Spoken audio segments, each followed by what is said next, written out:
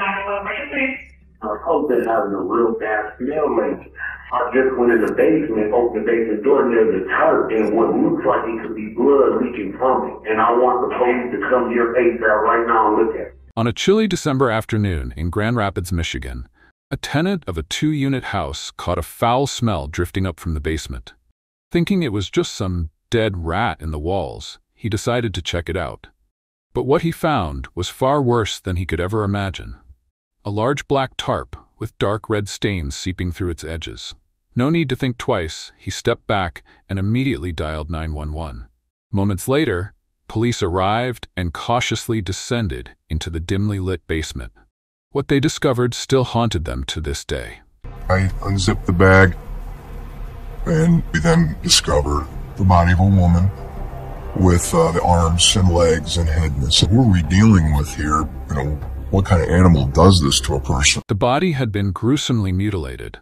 All that remained was a woman's torso, with no head, no hands, no feet. This quickly became one of the most disturbing cases in American criminal history. Who was this unfortunate woman? And why did she end up like this? Before we figure it out, don't forget to subscribe and hit the notification bell so you never miss our latest videos. Ashley Regina Marie Young, born on January 14, 1987, was Christine Young's only daughter. She was a true miracle for her mother, who had been told at 18 that she would never be able to have children. So when Christine found out she was pregnant with Ashley, it felt like a pure blessing. The bond between mother and daughter grew strong. They weren't just family, they were best friends. By the time she was 31, Ashley was living in Kalamazoo, Michigan. She balanced her time between studying at a local community college and working at a call center for a bank. Before that, she had worked at a care home for individuals with special needs, always showing kindness and compassion to others. Her generosity and caring nature made her beloved by friends and family alike. On the morning of November 29, 2018, Ashley was supposed to meet her mother, Christine, in Kalamazoo to co-sign the lease for a new apartment. Ashley had been searching for a place to live after recently ending a long-term relationship with her boyfriend, Moody Farron, and deciding to move out of the apartment they had shared for years. But that morning came and went, and Ashley never showed up. She wasn't answering calls or replying to texts. Concerned, Christine tried calling Ashley's workplace, only to learn that her daughter hadn't shown up for her shift and hadn't given any notice, something completely out of character for her. As the hours passed, Christine felt a deep, growing dread. She knew in her heart that something terrible had happened, and a mother's instinct is rarely wrong. The last time Ashley had checked in with her mother was the night before, but she didn't mention where she was going or who she'd be with. Now, it had been a full 24 hours since she vanished without a trace, and Christine was in a full-blown panic. Desperate and helpless, Christine turned to the Kalamazoo Police Department for help. Unfortunately, the police didn't immediately grasp the seriousness of the situation. Ashley was a 31-year-old adult, and that could mean she didn't want to be found, or maybe she was off with friends, taking some time for herself. So this wasn't treated as an urgent case. Although officers had spoken to a few of Ashley's friends, the progress was painfully slow. But Christine wasn't about to sit around and wait. An icy fear gripped her heart, and with no solid leads from the police, she decided to take matters into her own hands. Determined to find her daughter, Christine reached out to Ashley's friends, asking if anyone knew anything about her whereabouts. She also began combing through Ashley's Facebook activity for any clues. Ashley had always loved sharing pieces of her life online, so it didn't take long before Christine stumbled upon something that made her heart sink.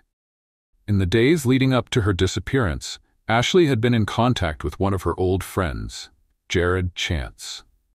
The name hit Christine like a lightning bolt. Jared used to be Ashley's close friend, but he was also someone with a troubling past. He was wild, unpredictable, and had a reputation for violent outbursts, often driven by substance abuse. Worse, Christine knew that Jared and Ashley shared a rocky history. Back in 2013, Jared had broken into Ashley's home, stolen her belongings, and sold them off. That betrayal had ended their friendship for years. But in 2017, Jared wormed his way back into Ashley's life. By then, he had moved out of his parents' home to settle in Grand Rapids, Michigan, just a 35-minute drive from where Ashley lived in Kalamazoo. Jared confided in Ashley, telling her how life was constantly beating him down. Ever the forgiving soul, Ashley gave him a second chance and helped him out during tough times. This fact alone had always unsettled Christine.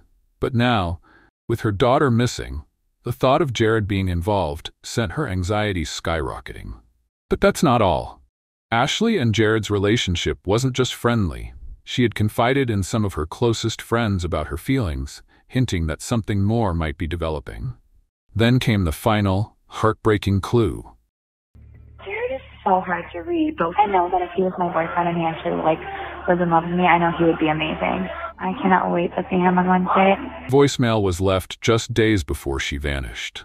It confirmed Christine's worst fears. Ashley had been planning to meet Jared on Wednesday, November 28, 2018, the day before she went missing.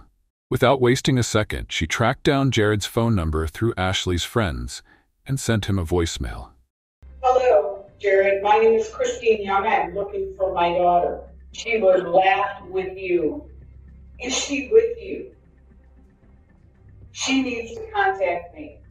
Tell her that I'm going to contact the police department to do a missing person. Christine nervously waited, and Jared finally returned her call. But what he had to say wasn't the answer she was hoping for. Jared claimed that he and Ashley had spent the evening of November 28th hanging out at the Hookah Lounge and Mulligan's Pub in Grand Rapids. After having a great time, they went their separate ways in the early hours of November 29th. Then Jared added a detail that made Christine's heart drop. Ashley had texted him afterward, saying she had lost her phone at the bar and was heading back to retrieve it before making her way to Kalamazoo for her third shift job. This didn't sit right with Christine. She knew her daughter's work schedule, and Jared's story didn't match up.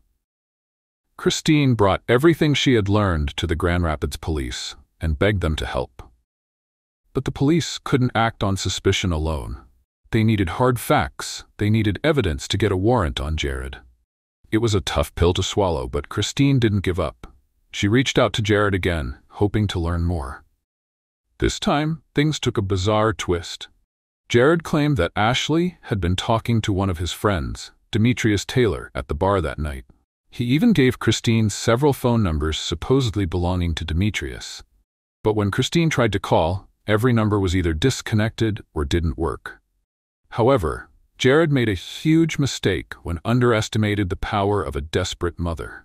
Christine somehow managed to track down Demetrius on her own. What he told her left her stunned. When we got there, he's like, I don't know, Ashley. I don't know your daughter at all. And he opened up his phone and showed the text messages where Jared said, hey, Ashley's mom's going to call you. And you have to say that Ashley was just with you. And you guys were just together. Fortunately, Demetrius didn't play along with Jared's scheme. He assured Christine that he was willing to show the messages to the police if necessary. Determined to uncover the truth, Christine went to Mulligan's Pub. She convinced the owner to let her review the security footage from the night Ashley was there. As she watched the footage, her heart ached to see Ashley, walking around the bar, smiling, laughing, being her usual cheerful self. But there was one problem. It didn't capture Ashley leaving the bar. With no clear answers, Ashley's loved ones turned to social media, posting pictures of her and Jared, pleading for any information. Their posts quickly gained attention, spreading across the community and beyond. But then, something happened that no one could have predicted. On the morning of December 2nd, 2018, Jared Chance showed up at the Grand Rapids Police Department, accompanied by his father, James Chance. James appeared tense and demanded to speak with detectives. He explained that his son Jared had been harassed on Facebook by Ashley Young's family, who believed Jared was involved in her disappearance since he was the last person to see her. He added that Jared had information about the case, but insisted they would only speak if an attorney was present. The officers informed James that no attorney was available at the station. and that Jared would need to bring his own legal representation if they wished to proceed. At this, Jared became visibly agitated. He warned the officers that they were making a big mistake by not listening to him. How big of a mistake it truly was would only become clear hours later, when Christine drove to Jared's home to confront him face to face, only to see the whole area was secured with crime scene tape and swarming with police. The chaos was sparked by an emergency call from Mario Nelson, Jared's downstairs neighbor. He reported finding a foul-smelling black tarp in the basement with what appeared to be blood leaking onto the floor. Our apartment just had this real bad smell, so I go in the basement to check the pipes, see if some sewage that flooded or something. Yeah. It's nothing, but it's a tarp at the end of the stairs that I stepped over. But when I come back, I'm shining my flashlight and it looks like some blood is leaking from it. The gruesome discovery clearly traumatized Mario, and the officers were no better off as they processed the horrific scene. A headless, armless, legless torso. The missing body parts made it difficult to identify the victim at first, but then Mario mentioned something that changed everything. The man who lived on the second floor, also the owner of the house, was Jared Chance. Hearing that name sent a chill down the officers' spines. They immediately recalled Christine's relentless efforts to find her missing daughter, Ashley Young. Pieces of the puzzle began to fall into place, and the officers, now deeply concerned, decided to dig further. They questioned Mario about Jared, Ashley, and any connection he might have noticed between them. Who's this Jared Chance guy? That's the guy who lives upstairs. He lives upstairs. Yeah, this is Jared Chance. This him. Can y'all check to see if he in the house? Because he do got a gun. Is Ashley here? Have you ever seen the person that they're talking about? I seen her like a couple days ago when I went up there. Did you see her leave? Or did you know? You left? The last time Mario had seen Ashley, her car was parked right outside Jared's house. But now it was gone, vanished without a trace. Mario also mentioned something else. Jared's behavior had always been troubling. He normally high off weed and Xanax, you know what I'm saying? I can't have a conversation with nobody like that. He sent me a message a couple days ago, like if somebody come looking for me, don't tell them I'm here. Okay. He said that to you? Yeah, in text message. A couple of days ago he said that? Yeah. This information raised even more red flags for the investigators. With mounting evidence, they now had more than enough to obtain a search warrant. Detectives made their way to the second floor of the house, unsure of what horrors might be waiting behind the door. To their utter surprise, they found Jared inside, calmly sleeping, as though nothing had happened. Jared was immediately secured, placed in a police van, and transported to the station. Meanwhile, outside the house, Christine was praying with every ounce of hope she had left that her worst fear wouldn't come to life. We pulled up. I thought there was an accident. They found a body at his house, and it's a female. And please tell me that's not her. It's not Ashley. It can't be Ashley. After all, the identity of the victim hadn't been officially confirmed yet. Christine had no other choice but wait and pray. Meanwhile, police started to search Jared's apartment. What they didn't know was that they were about to uncover something far more chilling than they had imagined. Upon entering the apartment, detectives noticed a large brown stain on the kitchen floor. Moving to the bathroom, they observed something strange. The bathtub was missing its shower curtain. Then, as they inspected a floor vent, they removed the grate and found small caliber cartridges scattered inside. Multiple areas throughout the apartment tested positive for blood. The shell casings were identified as .22 caliber, matching the type of pistol Jared owned, though the gun itself was notably missing from the apartment. But the most horrifying discovery came as they approached the stairwell. There, they spotted a cardboard box. When they opened it, they were met with a gruesome sight. Wrapped in black garbage bags were 2 severed legs without feet and 2 arms without hands.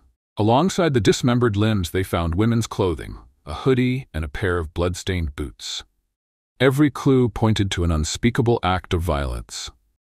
Despite the horrifying evidence, no one could piece together exactly what had happened. But the one person who could explain it all, the person at the center of this nightmare, was now in their custody. On the ride to the police department, Jared appeared eerily calm, showing no signs of fear or concern. Once placed in an interview room, he initially seemed open to talking. After a brief exchange of small talk, detectives got to the point, asking why he had come to the station earlier that day. Jared's response was strangely casual. We appreciate the fact that you came in earlier, and I'm sorry you got turned away.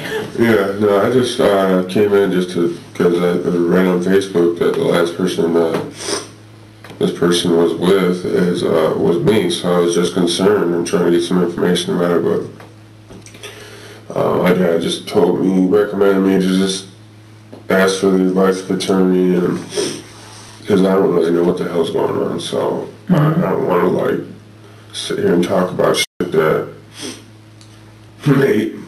may incriminate me or whatever in any kind of way, because I don't know what's going on. So I just don't want to say nothing right now. To the detective's frustration, the interrogation ended almost as soon as it began. Jared quickly exercised his right to counsel, cutting the interview short and leaving many critical questions unanswered. As if things couldn't get worse, more devastating news followed. The coroner was unable to determine the exact cause of death without the head. However, a DNA test left no doubt. The dismembered remains indeed belonged to Ashley Young. Christine's worst nightmare had become a heartbreaking reality. To unfold what truly happened, detectives began retracing Ashley's final moments. Their first stop was Mulligan's pub to review surveillance footage from the night she disappeared. Unfortunately, the footage had already been deleted. Undeterred, the team expanded their search to nearby businesses. Their persistence finally paid off when they found footage showing Ashley and Jared together in the early hours of November 29th, around 1:30 a.m. Jared was casually strolling past a storefront, followed moments later by Ashley. In another brief clip, Ashley joined Jared. The video confirmed that Ashley was still alive in that early morning, walking alongside Jared. They seemed just like an ordinary pair, and Ashley was totally unaware of the horrific fate awaiting her that night. To piece together more evidence, detectives examined Jared's credit card records to track his movements. They discovered that between November 29th and December 1st, Jared had made purchases at a local convenience store near his apartment called Miss Tracy's Party Store. Surveillance footage from the store revealed him buying ammonia, alcohol, and trash bags. The investigation took an even darker turn when external footage showed Jared dumping something into a nearby garbage bin. When detectives searched the bin, they uncovered critical evidence: latex gloves, Ashley's personal ID, and a pair of Jared's blood-soaked pants. The picture of what had happened was becoming horrifyingly clear. So when you start looking at what he's buying at Miss Tracy's and then you look at his apartment, it becomes pretty evident that Ashley was murdered in the kitchen and then ultimately dragged 10-15 feet and put into the bathtub, and that's where he did the grisly job of dismembering her. Hoping to further track Jared's movements, detectives analyzed his cell phone data. They discovered something startling. Jared's phone had traveled to Holland, Michigan, about 30 miles southwest of Grand Rapids, on the day Ashley's body was discovered. Holland was where his parents, James and Barbara Chance, lived. Investigators suspected the parents might hold key information, especially since Jared had refused to cooperate. On December 4, 2018, detectives traveled to Holland armed with a search warrant. What awaited them inside would uncover an appalling truth they weren't prepared for. I spent the next several hours with the Chance family while our detectives and other officers and forensic techs processed and searched their house. His father was a retired police officer, and he made a comment about, "I'm glad I'm not investigating this case, that this is a tough case." And I start thinking, how do you know it's a tough case? What do you know about this? Jared's parents refused to speak without a lawyer present, but the state of their home spoke volumes. Investigators found a knife with tissue on the blade and a small trace of blood in the Honda CR-V parked in the garage. Inside the house, they discovered a bloody shower curtain linked to Jared's apartment in Grand Rapids. Faced with overwhelming evidence, detectives brought James and Barbara to the Grand Rapids police station, suspecting they had helped cover up the crime. The two were separated and questioned individually, in the hopes that at least one of them would crack under pressure. When Barbara's interrogation began, she appeared visibly shaken, clearly overwhelmed by the situation. I'm scared. I just don't know what to do. I want to be cooperative because I don't feel like I've perjured myself, but at the same time, I don't know. Barbara admitted that Jared had come to their house crying and confessed to an accident. According to her, Jared claimed that he and Ashley had been drinking, playing with a gun, and that Ashley got shot in the face. Who was holding the gun when it just went off? She was. That's what he told you? Yeah, because I said, did you kill her? He said, no, Mom, I would never kill anybody. I would never kill anybody. She was my friend. In the next room, James told the same story. They both admitted that Jared had dismembered Ashley's body, transported some evidence to their house, and disposed of other body parts. However, their accounts began to diverge when it came to specifics. Barbara admitted knowing about the hands and feet, but claimed ignorance about Ashley's head. James, too, denied knowing details, blaming his age and memory, but made a suspicious slip during questioning. Tell me everything. He said that and I'm gathering that they're around the damn gun. And, and he said she took the gun and pointed at herself and it went off. Okay, let me stop you. You just said he pointed, then you stopped yourself. No, I said that. You said he pointed. I meant she. I know, but you're making these slips. James tried to backtrack, but it was clear he was hiding something. Despite all the detectives' effort to ask for help in locating the rest of Ashley's remains, especially her head, which was crucial for determining the exact cause of death, James and Barbara refused to cooperate. The evidence was mounting, the lies unraveling, but the full truth about what happened to Ashley remained elusive. However, the confessions from Jared's parents were enough for justice to begin its course. Ultimately, both James and Barbara Chance were charged with perjury and accessory after the fact to a felony. Jared Chance faced far graver charges: second-degree murder, mutilation of a body, tampering with evidence, and concealing a death. While Jared awaited trial in custody, his parents were released on bail. Surprisingly, during this time, Jared agreed to speak with Heather Walker, a reporter from jail. This was the second time someone had attempted to get answers from him, and Heather knew what she's dealing with. We've been hearing a lot about you. We've been hearing a lot about what happened to Ashley, and I just wanted to hear from you, give you a chance. All right. I really can't say much, but I don't even really know what to say. Well, what happened to Ashley Young? I can't even talk about it. You can't talk about it because you're so emotional, or? I just can't, well, that too, but, yeah, I don't know. Hoping to break through Jared's stoic demeanor, she showed him a heart-wrenching video of Christine's tearful plea for answers. Why have you decided that you want to speak? Because I want to bring my daughter home. They know, the parents know something. There are people out there that know something. I just want my baby. I want her to come home. Ashley no longer has a voice, and I have to be her voice. For a brief moment, Jared hesitated. It seemed as though the video might have stirred something within him. He looked as if he might finally reveal some critical detail. But then, he shook his head and repeated, "I don't know," then ended the call shortly after. Jared Chance's trial began on September 9, 2019. Without Ashley's head or a confirmed cause of death, securing a conviction was expected to be an uphill battle. But the prosecution was determined to fight against Jared Chance, a man they described as devoid of humanity. But then to cut through their flesh, cut through their spine to remove their head, to take off the lower legs and the ankles, to take off the feet. These are actions that no normal, sane human does. Jared's defense maintained that Ashley's death was an accident, a tragic result of poor decisions. But the prosecution had a far more compelling argument. Ashley Young died of homicide by unspecified means. I do not have to prove how he killed her. I don't have to prove that he shot her. I don't have to prove that he hit her in the head with a baseball bat or a hammer. What I have to prove is that he caused her death. I stood before the jury holding this sawzall, and I said, look at the person to your right and imagine that they suddenly die.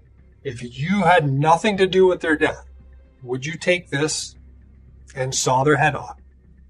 Would you take this and saw their arms off, and their legs, and their hands, and their feet? And then would you proceed to get rid of all of this evidence if you had nothing at all to do with her death? And nobody would. The courtroom fell silent. The prosecutor's words were powerful, but they weren't done yet.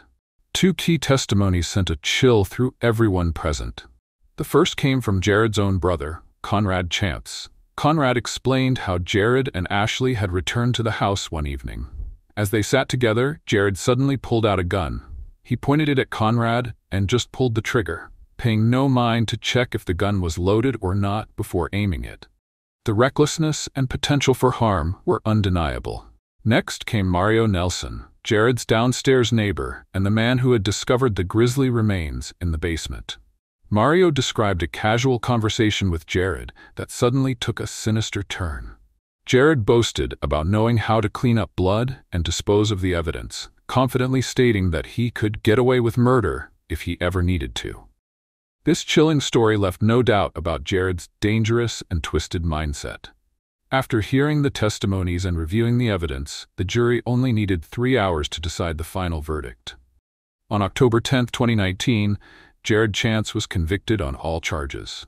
During sentencing, the judge delivered a scathing rebuke.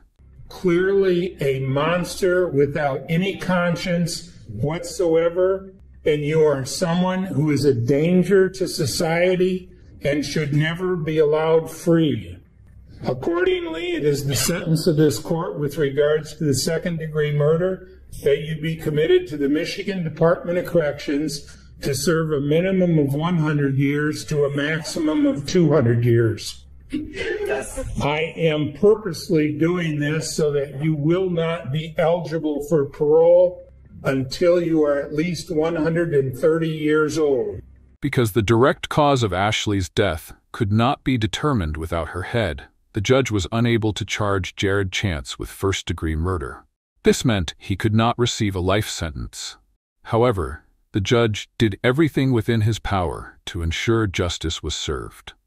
He handed Jared a 100-year sentence, which was pretty much the same, guaranteeing that cold-blooded man would never leave prison. Recognizing the heinous nature of the crime and the immense pain it had caused Ashley's loved ones, the judge made another rare decision. He allowed Ashley's family to address Jared directly in court. It was an opportunity for them to confront the man who had stolen their daughter, their sister, their friend. She obviously meant nothing to you, but she meant everything to us. I'll never forgive you for what you've done. All I can say is, may you rot in hell. This is what's left of my daughter. If I want a hug, I have to hug a box and close my eyes and pretend that she is hugging me back. You had no right to take her from me, to take her from her family. Jared Chance, I hate you. I want to rip you limb from limb and discard you like trash, like what you did to Ashley. You have no remorse, none, for your actions. God will punish you more than anything I could ever do. With Jared now behind bars, Ashley's mother, Christine, still found no true solace. For her, justice would remain incomplete until Jared's parents faced the consequences of their involvement. However, the punishment they received paled in comparison to the severity of their actions. Barbara Chance, Jared's mother, pleaded guilty and was sentenced to just 45 days in jail, though she served only 29.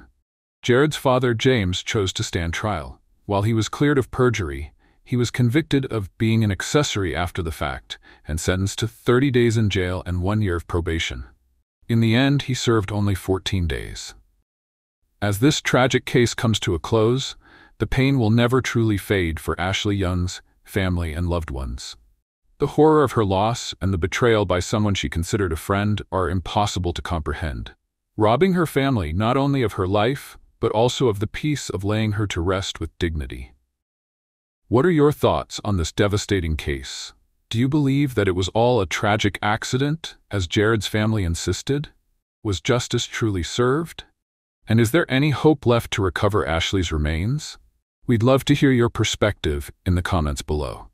If there are other cases you'd like us to cover, feel free to share your suggestions.